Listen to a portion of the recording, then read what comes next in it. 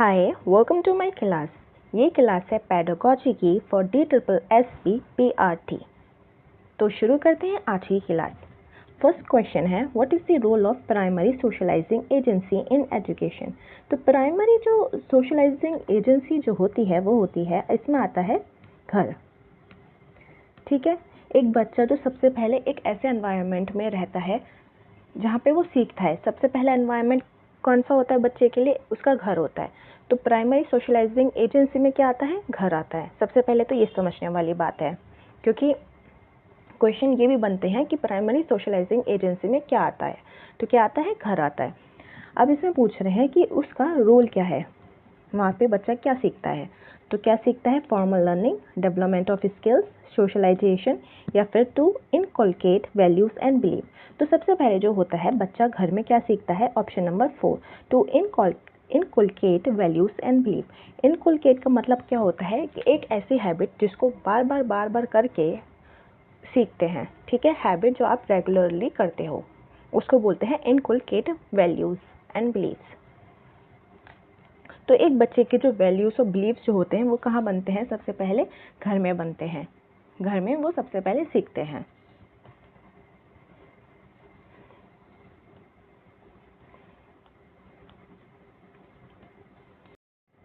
Growth is defined as, growth को क्या बोला जाता है, कैसे उसको डिफाइन करते हैं? तो इसको डिफाइन करते हैं irreversible quantitative change in body.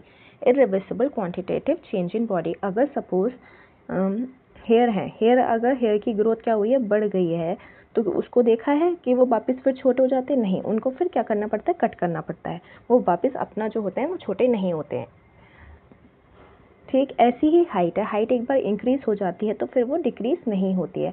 हाँ, बाद में ओल्ड एज में हो सकता है कि कम हो जाती है, लेकिन वैसे जो होती है ग्रोथ एक बार बढ़ने के बाद कम नहीं होती है।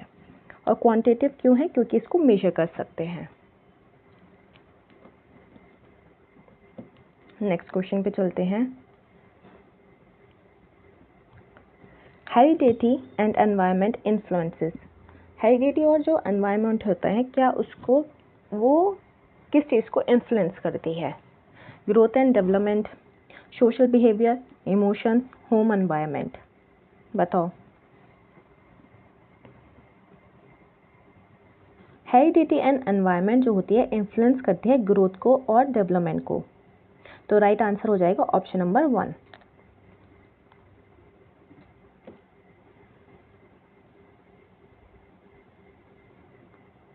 Which one of the following factor is essential for child's development? तो इसमें से कौन सा ऐसा है जो कि इम्पॉर्टेंट होता है? किसके लिए? चाइल्ड के डेवलपमेंट के लिए इम्पॉर्टेंट होता है। तो कौन सा होता है? Moral dimension, mental growth, social emotional dimension and physical growth. देखो, हर चीज़ यहाँ पे ऑप्शन के हिसाब से सब कुछ ऐसा लग रहा है कि एसेंशियल है, पर जब ऐसा ही लगता है ना, जो ऑप्शन की ऐसा लग रहा है कि सभी इंपॉर्टेंट है, सारी चीज़ें बच्चों के डेवलपमेंट के लिए चाहिए, तो फिर इसमें से ये चेक करो कि सबसे ज़्यादा किसकी ज़रूरत है। ठीक है, कि इसके बिना काम नहीं चल सकता। तो वो है मेंटल ग्रोथ। तो मेंटल ग्रोथ जो होती है एक बच्चे के लिए बहुत ज़्यादा इंपॉर्टेंट होती है चाइल्ड डेवलपमेंट में। इंपॉर्टेंट तो देखो, सोशल इमोशनल डायमेंशन भी है, फिजिकल ग्रोथ है, मॉरल डायमेंशन भी है। जैसे मैंने कहा कि ये सारे ऑप्शन जो हैं सारे जा रहे हैं, पर लेकिन जब ऐसा होता है तो हम क्या चूज़ करते हैं? सबसे इम्पॉर्टेंट या फिर जो सबसे ज़्यादा बेस्ट होता है वो ऑप्शन हम चूज़ करते हैं। Is an example of cognitive learning. Cognitive learning के एग्जाम्पल इनमें से कौन सा है? Dancing, feeding, cycling, thinking. बताओ। कॉग्निटिव में आता है जो भी आपके ब्रेन से जो रिलेटेड होता है, थिंकिंग जो होती है वो किस में आता है? कॉग्निटिव लर्निंग में आता है। ठीक है, तो अब ब्रेन से रिलेटेड इसमें से कौन सा है? थिंकिंग। थिंकिंग जो है कॉग्निटिव का पार्ट है। ठीक, जितना भी एक चीज़ रख लो, कॉग्निटिव मतलब आपके ब्रेन से रिलेटेड। मेंटल जितनी भी चीज़ें होंगी मेंटल से रिलेटेड वो सारी आपकी कॉग्निटिव में आ जाती हैं। तो इसी बात पे हम नेक्स्ट क्वेश्चन पे चलते हैं। Which one of the following is developmental disability. कौन सी ऐसी इनमें से कौन सा है जो डेवलपमेंटल डिसेबिलिटी है?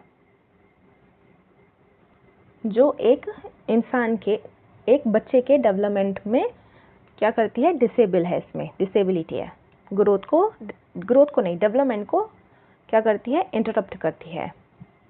Anxiety, autism, leprosy, low vision. तो कौन सी है, ऑटिज्म, ऑप्शन नंबर 2। बाकी ये जो तीनों है, एंजाइटी, लो विजन और लेप्रोसी, ये जो है डेवलपमेंट को इंटरप्ट नहीं करती है।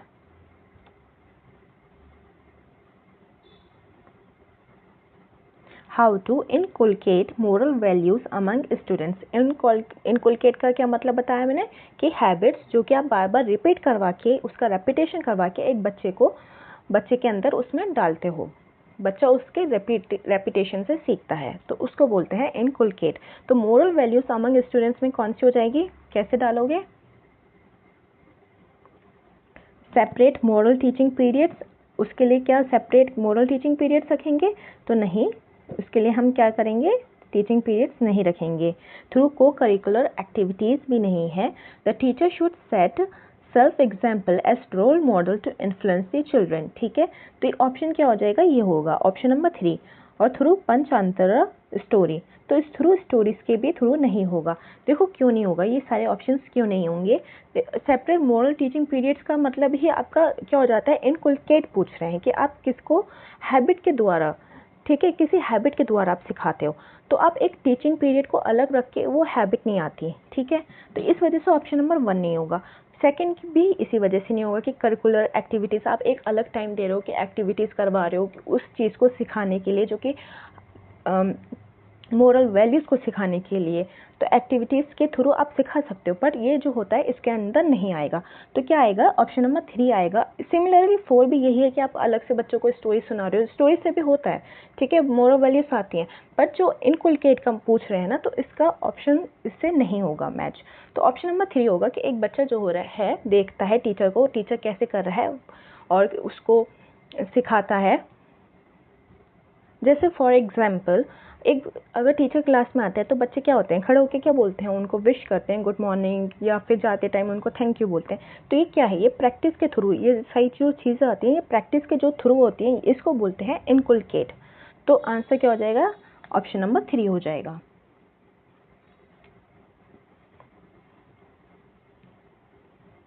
Struggle with identity is a feature of, ठीक है, बहुत अच्छा क्वेश्चन है, बताओ क्या होगा। स्ट्रगल विद आइडेंटिटी जो होता है ये आता है एडोलसेंट में। किस में आता है, एडोलसेंट का ये जो है ये कैरेक्टरिस्टिक फीचर है। यहाँ पे क्या है, ये इंपॉर्टेंट कैरेक्टरिस्टिक फीचर है किसकी, एडोलसेंट की। तो इसको रट लो एज इट इज़ कि स्ट्रगल विद आइडेंटिटी किस में आता है, एडोलसेंस में आता है। कि वो बच्चे जो होते हैं जब बड़े हो रहे थे, बच्चे बड़े जब हो रहे होते हैं, टीनेजर एज जो होती है, इसमें क्या आती है, टीनेजर एज आती है।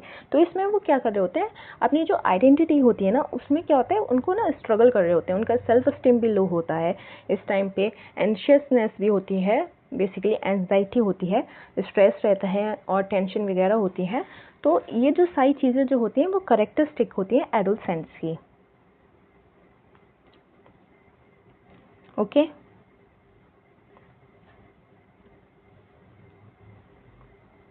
if we don't channelize the positive energy of this group, it may prove detrimental to society. Which of the following is in the group? तो इस क्वेश्चन में कह रहे हैं कि अगर ये जो ग्रुप है, इनमें से कौन सा ऐसा ग्रुप है, अगर हमने उनकी जो एनर्जी है, पॉजिटिव एनर्जी को हमने उसको अच्छे से यूज़ नहीं किया, तो वो क्या हो जाता है, नुकसान दे देते हैं किसको, सोसाइटी में। अगर हमने उनको ठीक से सही रास्ते पे ठीक तरीके से उनको हम लेके नहीं आए, तो क्या होगा, सोसाइटी को नुकसान पहुंचता है। तो वो कौन सा ग्रुप है, anganwadi group workers, anganwadi workers, adolescent, social activities और सेल्फ हेल्प ग्रुप्स। देखो बाकी के ऑप्शन जो है आंगनवाड़ी वर्कर्स, आंसर जो है इसका एडोलसेंट्स है। बाकी के जो ऑप्शन है social activities and self help group, ये क्या है, ये एक्चुअली में ही पॉजिटिव एनर्जी है, मतलब पॉजिटिव लोग हैं, ये पॉजिटिव वर्कर हैं, जो कि इनका काम क्या है, गोल क्या है इन तीनों ऑप्शन का। तो बाकी जो तीनों जो ऑप्शन है इनके क्या होती है, जो कलेक्टिव गोल है वो क्या है, सोसाइटी में हेल्प करना, सोसाइटी को और अच्छा करना। तो बचता है ऑप्शन नंबर एडोलसेंट, क्योंकि ये एक ऐसा ग्रुप है जहाँ पे ये इतनी सही चीज़ों से गुजर रहे होते हैं। अगर आपने इनको सही मतलब दिशा नहीं दिखाई, सही रास्ता नहीं दिखाया, तो क्या होता है, कई बार टीनेजर्स जो होते हैं गलत रास्ते पे चले जाते हैं। ठीक है, तो इस वजह से जो आंसर जो होता है एडोलसेंट होता है। इसलिए इनको सही, अगर सही रास्ते पे ले गए तो ये क्या होगा, आगे चल के सोसाइटी के लिए क्या होंगे, ये अच्छे होंगे, सोसाइटी में हेल्प करेंगे। अदरवाइज क्या होगा, नेगेटिव हो जाएगा सोसाइटी के लिए।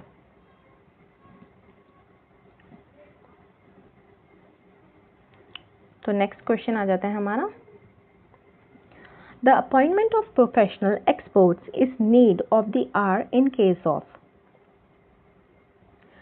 अगर हम प्रोफेशनल एक्सपर्ट्स को क्या करते हैं, अपॉइंट करते हैं, तो वो हम क्यों करते हैं, क्या ज़रूरत होती है।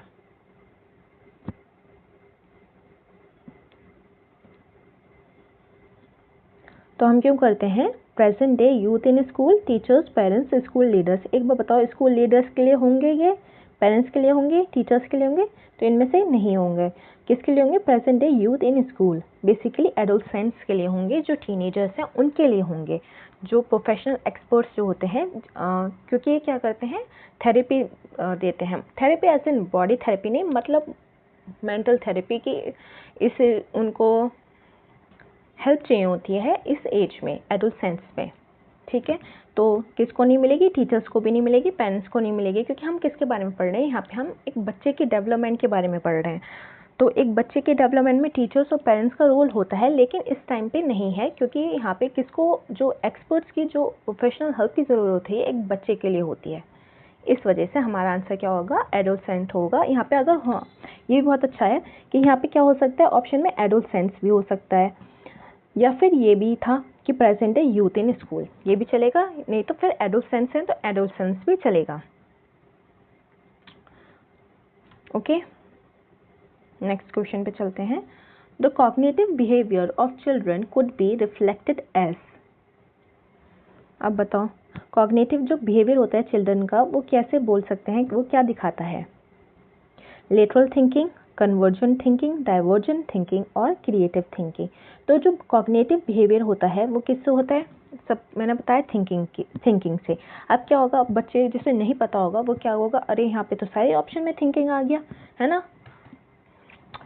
तो कितना अच्छा ऑप्शन किस तरीके से सेट करें।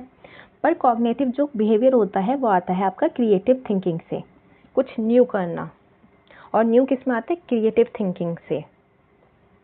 एक बच्चा है कि उसको ये बता दिया कि ये रास्ता है, इस तरीके से जाना है, रास्ता नॉट रास्ता बट एक तरीका आपने बता दिया कि पेपर से फ्लावर बनाना है। ठीक है, तो एक टीचर ने उसको बताया बच्चों को कि फ्लावर इस तरीके से बनते हैं, पेपर है इस तरीके से फ्लावर बन जाता है। एक दूसरा बच्चा है, उसने क्या करा, टीचर की बात ना सुन के, उसे फ्लावर तो बनाना था, गोल क्या था, फ्लावर बनाना, उसने अपने तरीके से फ्लावर बना दिया। तो ये क्या है, वो अपने हिसाब से उसने बनाया, तो ये क्या हो गया, क्रिएटिव थिंकिंग हो जाती है। ठीक है, तो ये है इसका answer.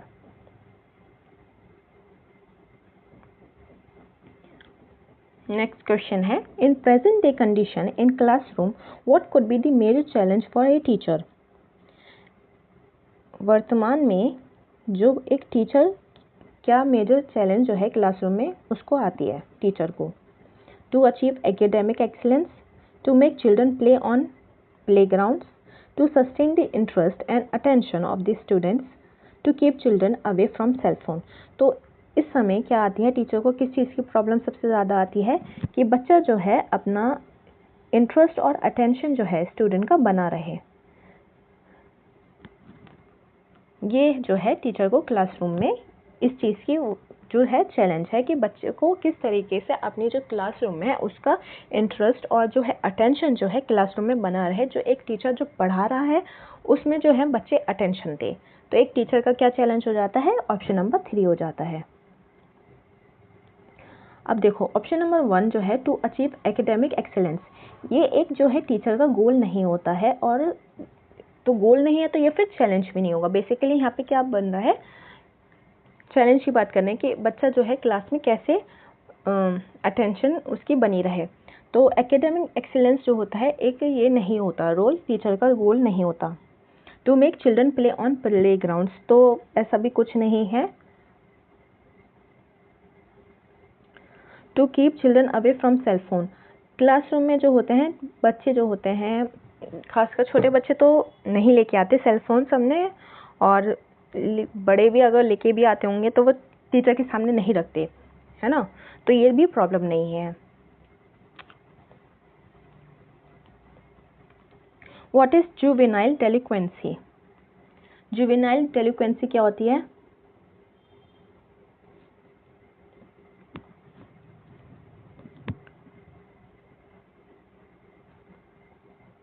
Abnormal behavior, display of antisocial behavior which cannot be controlled, mood swinging behavior और aggressive behavior। ठीक है, ये जुवेनाइल डेलिक्वेंसी आती है, ये एडोसेंट में आती है। जुवेनाइल डेलिक्वेंसी का क्या मतलब है? किशोर अपराध। जैसे कि एक बच्चे ने स्कूल स्किप कर दिया, या फिर चोरी करना, या फिर कई बार लॉस जो होते हैं उनको नहीं मानना, है ना, तो लॉस को कैसे नहीं मानना जैसे कि सिग्नल तोड़ना, और इससे बड़े बड़े भी होते हैं। ठीक है, कुछ केसेस में क्या होता है, मर्डर वगैरह भी हो जाते हैं, कर देते हैं, तो इसको बोलते हैं जुवेनाइल डेलिक्वेंसी। बेसिकली एक लॉ जो है उसको नहीं फॉलो करना। तो आंसर हो जाता है display of anti social behaviour which can not be controlled. Okay, answer हो जाता है आपका option number 2।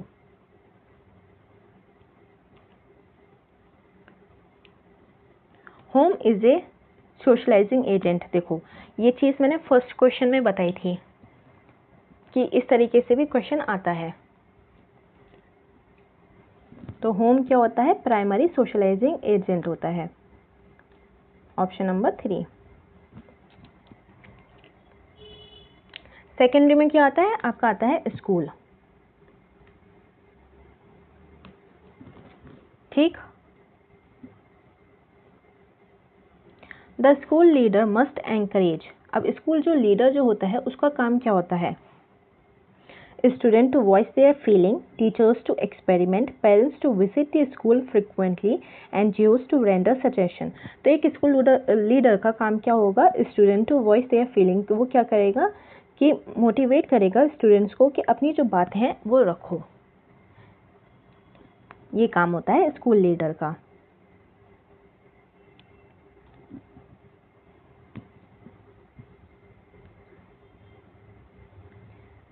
Which one of the following could be the community activity? तो इनमें से कौन सा है जो कि कम्युनिटी एक्टिविटी होती है? Picnic, village survey, study tour, going to movie. Community activity कौन सी हो जाएगी इसमें से? Village survey. ठीक है, कम्युनिटी एक्टिविटी हो जाएगी विलेज सर्वे, क्योंकि इसमें क्या होगा, बच्चे जो होंगे कुछ सीखेंगे। इसलिए जो कम्युनिटी एक्टिविटी क्यों कराई जाती है कि बच्चे कुछ सीखें। अब पिकनिक और गोइंग टू मूवी से तो आप कुछ सीखोगे नहीं, और स्टडी टूर जो है ये एक कम्युनिटी एक्टिविटी नहीं है, एक्टिविटी है लेकिन ये कम्युनिटी एक्टिविटी नहीं है। कम्युनिटी का मतलब होता है कि किसी और, जैसे कि विलेज क्या है, एक कम्युनिटी हो गई, है ना, तो ये जो कम्युनिटी है वहाँ से स्टूडेंट्स आते हैं स्कूल से, फिर क्या होता है मिलके जो आप कम्युनिटी के साथ एक्टिविटी कर रहे हो उसको बोलते हैं कम्युनिटी एक्टिविटी। अब स्टडी टूर पे आप टूर पे जा रहे हो तो पर आप किसी कम्युनिटी के साथ नहीं हो यहाँ पे, इसलिए क्या होगा आपका आंसर ऑप्शन नंबर 2 हो जाएगा। समझ में आया? तो फिर आगे चलते हैं। What is the purpose of time table? एक जो टाइम टेबल होता है उसका पर्पस क्या होता है? To calculate the students in time, students time होगा, इन टाइम नहीं होगा, to calculate the students time. To provide leisure time to students, leisure time का क्या मतलब होता है? Free time, free time provide करना स्टूडेंट्स को, ये पर्पस होता है टाइम टेबल का। To provide scope for training, ठीक है। To prevent wastage of time and energy, तो कौन सा होगा? Option number 4, to prevent wastage of time and energy, कि बच्चों का जो है टाइम और एनर्जी जो है वो खराब ना हो। टू कैलकुलेट स्टूडेंट टाइम, ये सही है, लेकिन ये पूरा सच नहीं है, क्योंकि पूरा सच क्या है कि उन बच्चों का क्या देखना, आप कैलकुलेट तो कर रहे हो बच्चों का टाइम, पर क्यों कर रहे हो, उसका कुछ मकसद तो होगा। तो इस वाले ऑप्शन से हमें नहीं पता चल रहा ऑप्शन नंबर 1 से कि क्या मतलब है इसका, पूरे डेफिनेशन से, पूरा डेफिनेशन का पता नहीं चल रहा। 4 वाले से पता चल रहा है कि हाँ, कि क्यों हम देख रहे हैं कि बच्चों का टाइम और एनर्जी जो है वो ख़राब ना हो। लेजर टाइम नहीं देखा जाता एक टाइम टेबल के, इसलिए नहीं बनाते कि बच्चों का देखते हैं फ्री टाइम, कि बच्चों के पास कितना फ्री टाइम है ना। To provide scope for training, तो इस ट्रेनिंग और स्कोप फॉर ट्रेनिंग भी नहीं होता option.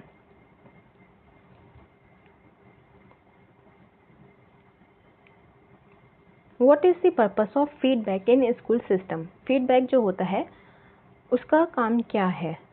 To assess the function of school, कि ये देखना कि स्कूल में क्या चीज़ें हो रही हैं, फंक्शन स्कूल ठीक कर रहा है कि नहीं।